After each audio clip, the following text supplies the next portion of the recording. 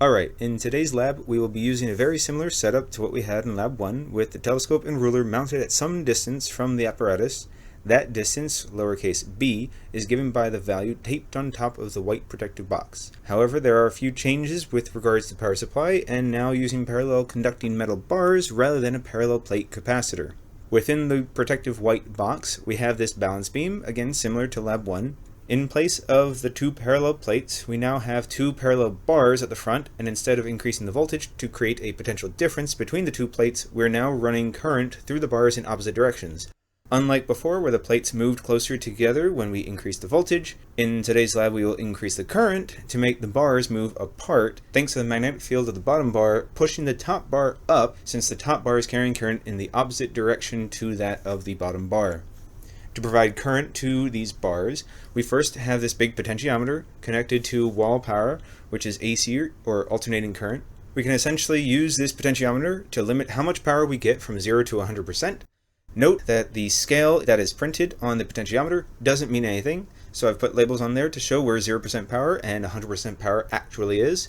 Then there's a power switch, some of which are just on-off switches, but there are others that have a selection of either 120 or 140 volts. They're not all the same, so just follow whatever I've labeled it to, either 140 or 120, for your respective setups, and you should be good.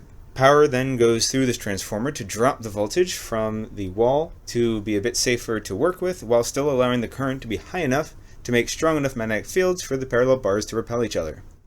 We then have power running through the ammeter, which, as a reminder on it, to select the A with the little tilde on top for AC current, this is where you'll be getting your current measurements.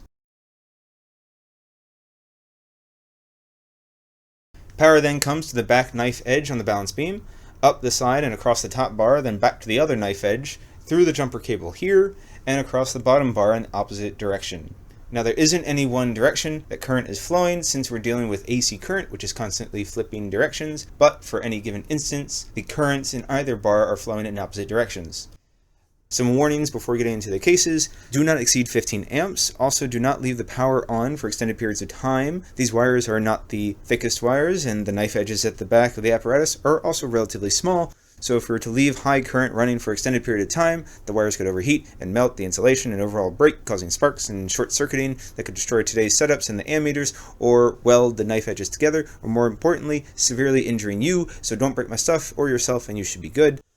For today's experiment, as summarized on the backboard and provided in the procedure of the lab manual, you'll first use the telescope and ruler to determine the distance, lowercase d, between the centers of the conducting bars by looking at the telescope's crosshair positions on the ruler for both the equilibrium as well as when the bars are touching. A reminder, this is when the power is off. You'll then be running through 27 trials looking at different cases of applied masses, right, the little tiny masses that you're applying to the top bar, from 0 to 200 milligrams in 25 milligram increments, and recording what current was required to bring the top bar back to the initial equilibrium position, which was your S0 position on the ruler.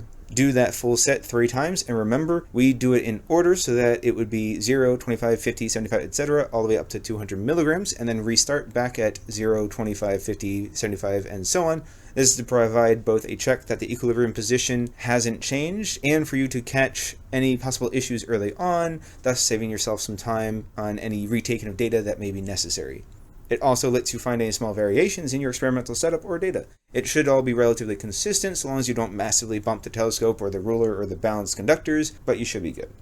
After you've taken all your data, you're going to find the average and the standard deviation of your mu-naught values, aka the permeability of free space. This is from just the 24 trials covering 25 milligrams up to 200 milligrams. Skip the 0 milligram cases for the average and standard deviation, since otherwise you would have a divide by 0 error like we've done in the past. So it would be just the 24 values for the average, but then you'll also plot the magnetic force as a function of current squared, and you can use the Linus function as summarized on the front board to determine the slope and its uncertainty, from which you can determine mu-naught plus or minus its uncertainty from your entire data set, including the 0 milligram cases.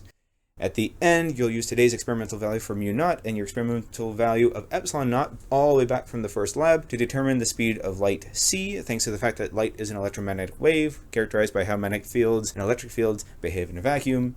Note that this value for c, the value for speed of light, isn't necessarily going to be the same for each person, since each person may have been in a different group and you may have different values of epsilon naught. That's okay. Use whatever your values were and you should be good. Quick reminder, turn off the power supply when swapping between the masses and use the plastic tweezers when doing so to both protect you as well as keeping the tiny masses clean from dirt and the oils of our hands to keep them relatively accurate to the 5, 20, 50, 100, and 200 milligram masses that we have in today's setups.